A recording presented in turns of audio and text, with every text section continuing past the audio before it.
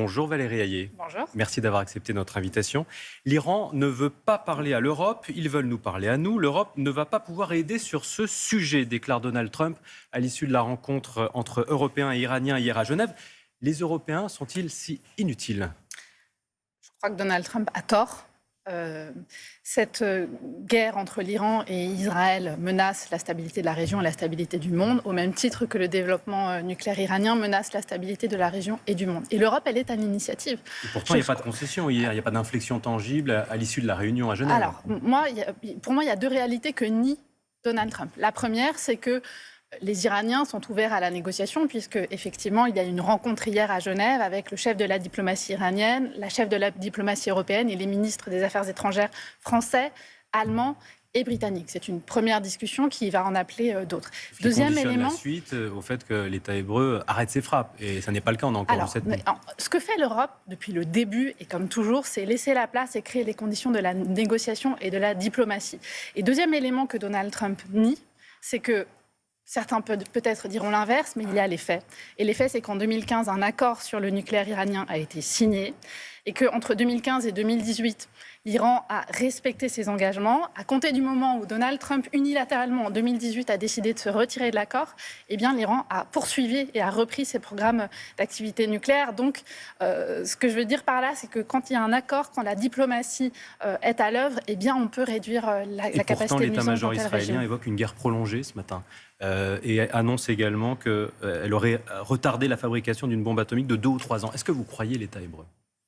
Il y avait des éléments factuels mis en place et élaborés par l'Agence internationale de l'énergie atomique. Donc oui, l'Iran, aujourd'hui, on le sait, développait un programme nucléaire et de missiles balistiques, ce qui est extrêmement problématique. Et il y avait des réunions qui étaient prévues. Israël et l'Iran a historiquement menacé la sécurité d'Israël.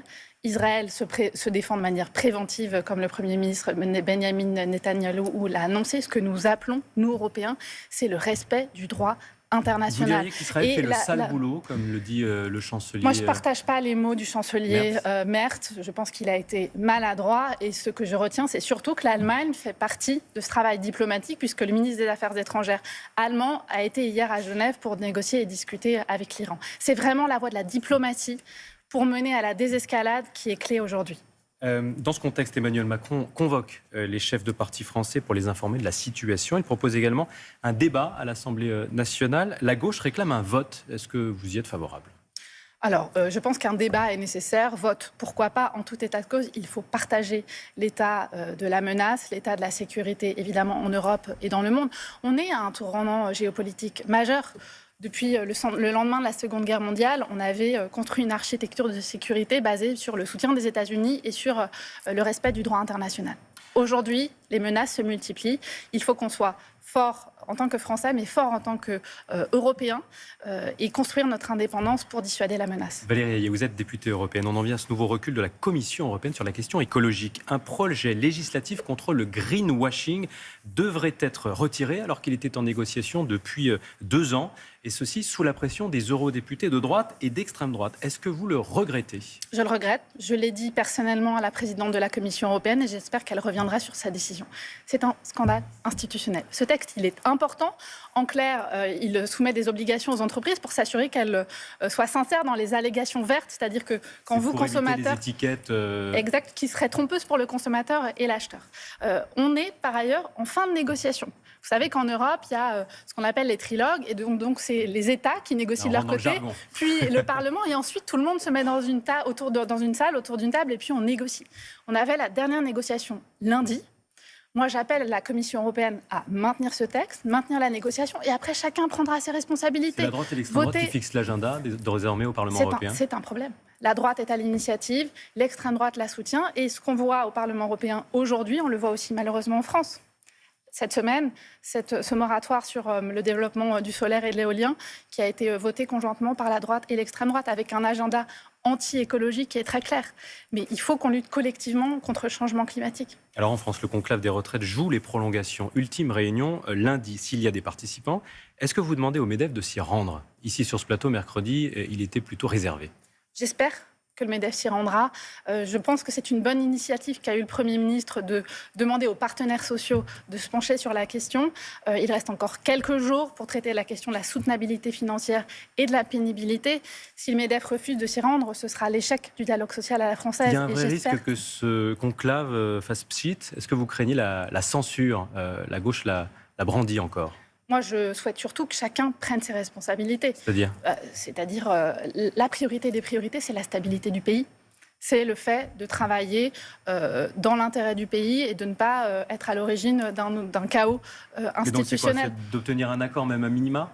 Mais moi, je souhaite on fasse confiance aux partenaires sociaux, qu'on leur laisse peut-être un peu plus de temps si nécessaire, et je souhaite que les groupes politiques à l'Assemblée nationale soient responsables, c'est-à-dire qu'ils sortent des postures, qu'ils sortent de l'obsession de 2027, et que chacun se dise, on a un enjeu, il nous reste 1 an et demi, d'ici aux prochaines élections présidentielles, il faut qu'on se mette autour de la table, dans l'intérêt du pays, pour trouver des solutions sur des choses qui doivent nous rassembler. Il y a le réarmement, il y a effectivement la question de la dette qui est majeure, il y a la question de la neutralité climatique, il y a la question de la compétitivité et de la création d'emplois. Les enjeux sont majeurs et on devrait sortir des postures. Certains dans votre parti, par exemple Pierre Cazeneuve, qui est numéro 2 du parti Renaissance, veut repousser cet âge à 65 ans d'ici à 2042. Vous y êtes favorable, vous?